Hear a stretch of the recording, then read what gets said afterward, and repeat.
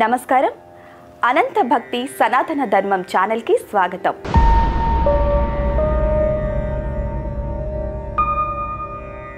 ఓం శ్రీ గణేశాయ నమః.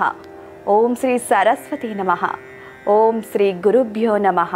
ఆశ్వయుజ మాసారంభమే నవరాత్ర పర్వంతో ప్రారంభమవుతుంది. రాత్రి శక్తి పూజకు ప్రధానమైనది.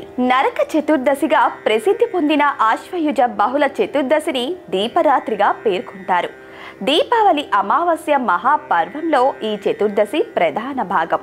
శ్రీకృష్ణుడు నరకాసురుని సంహరించిన దినం ఈ చతుర్దశి అని, అటుపై వచ్చే అమావాస్య ఆ విజయోత్సవ హేళ అని ప్రసిద్ధిగా అందరూ చెప్పుకునే గాథ. కానీ ఇది శ్రీకృష్ణుడికి పూర్వమే భారతీయ సనాతన ధర్మంలో ప్రశస్తి వహించిన పర్వదినం. ఈ పర్వమే అటుపై కృష్ణ విజయ లీలలతో నరక సంహార గాథతో మరో కొత్త విశిష్టతను సాధించిందని సమన్వయించుకోవచ్చు.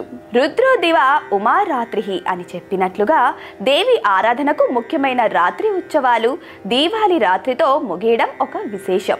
ఆశ్వయుజ పూర్ణిమకు కూడా ముఖ్యమైంది. అలాగే అమావాస్యకు కూడా ప్రాధాన్యం. నరక చతుర్దశికి నరక భయాన్ని పోగొట్టే చతుర్దశి అనే అర్థాన్ని ధర్మశాస్త్రాలు చెబుతున్నాయి.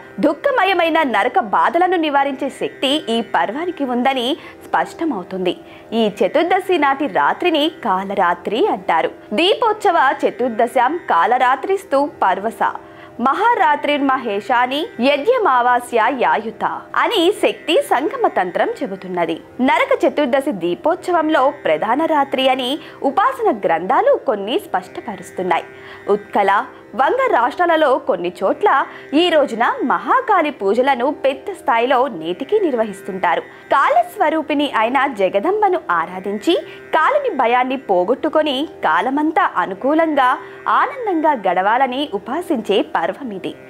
ఈ నరక చతుర్దశి ప్రాతకాలాన నువ్వుల నూనెతో అభ్యంగన స్నానం చేసిన వారికి నరక భయముండదని పురాణ వచనం.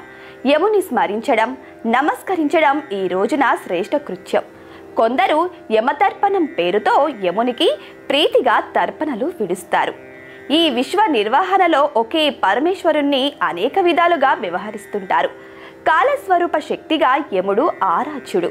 అవధులు లేని కాలశక్తి మహాకాలుడు. ఆ కాలుడే జగతిలో ప్రతి అణువును నియమించువాడు. ఈ కాలశక్తి సర్వజీవుల కర్మలకు సాక్షి.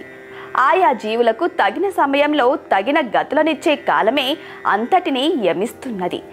యమము అనే మాట నిగ్రహానికి, నియామకత్వానికి సూచకం. అన్నింటినీ నియమించే ఈశ్వరుని కాలశక్తి విశేషమే యముడు. కర్మానుగుణ ఫలాలను నియతం చేసే ఈ కాలస్వరూపం పుణ్యాత్ములకు పవిత్ర సుందరంగాను, పాపాత్ములకు భీషణాకరంగాను గోచరిస్తుందని పురాణాలు వచిస్తున్నాయి. సూర్యుని పుత్రుడు యముడు, శనికి సోదరుడు. శని గ్రహానికి అధిదేవత. ఇందులో సంకేతం సౌరశక్తిలోని కాల నియామక చైతన్యమే యముడని తేటపరుస్తుంది.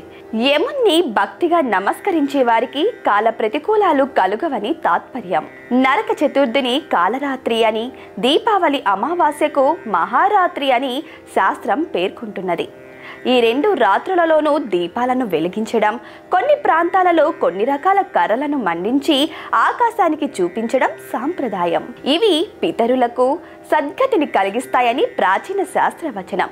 కాలరూపుడైన యముని పూజించడం, నరక బాధలను నివారింపచేసుకోవడం, పితరులకు సద్గతులు కలగాలని సంభావించడం, ఈ మూడు అంశాలు కాలశక్తిని సూచిస్తున్నాయి. నరక చతుర్దశి నాటి ప్రదోష సమయంలో రాత్రి ప్రారంభ వేళ దీపాలను వెలిగించాలని, ఈ రోజుతో మొదలుపెట్టి వరుసగా మరో 2 రోజుల పాటు ఇళ్లల్లో, దేవాలయాల్లో, మఠాల్లో, ప్రాకారాల్లో, ఉద్యానవనాల్లో, గృహద్వారాల వద్ద, గోశాలల్లో, గుర్రపుశాలల్లో, గజశాలల్లో దీపాలు వెలిగించాలని పెద్దల మాట. అంటే 3 రోజుల పాటు దీపోత్సవం జరపాలని తెలుస్తున్నది. ఆశ్వయుజ బహుళ చతుర్దశి, అమావాస్య, కార్తీక శుద్ధ పౌర్ణమి ఈ 3 కలిసి దీపోత్సవ రాత్రులు. తత ప్రదోష సమయే దీపాన్ దధ్యాన్ మనోరమాన్ దేవాలయే మఠేవాపి ప్రాకారోజ్జన వీదుషు గోవాజీ హస్తశాలయాం ఏవం గస్రత్ర ఏపీచ అని ధర్మశాస్త్రాలు వ్యాఖ్యానిస్తున్నాయి. కాలాధారమైన వైషమ్యాలను తొలగించే కాలరాత్రితో పాటు అలక్ష్మిని అంటే దరిద్రాన్ని పరిహరించే మహారాత్రి నాడు అంటే దీపావళి నాడు జగదంబను ఆరాధించి ఆయుని ఐశ్వర్యాన్ని పొందాలని పెద్దల ఆకాంక్ష. ఈ కాలస్వరూపమైన పరమాత్ముని అవతారమే శ్రీకృష్ణుడు. కృష్ణ శబ్దానికి కాలరూపమని కూడా అర్థం. కాల, యమ, నియమ అనే నామాలు విష్ణు సహస్రనామంలో గోచరిస్తున్నాయి. సర్వే జన సుఖినో భవంతు. గోవులను సేవించండి, గోవులను రక్షించండి. మా అనంత భక్తి సనాతన ధర్మ ఛానల్ని మరిన్ని వీడియోల కోసం వీక్షించండి. దయచేసి సబ్స్క్రైబ్ చేయండి.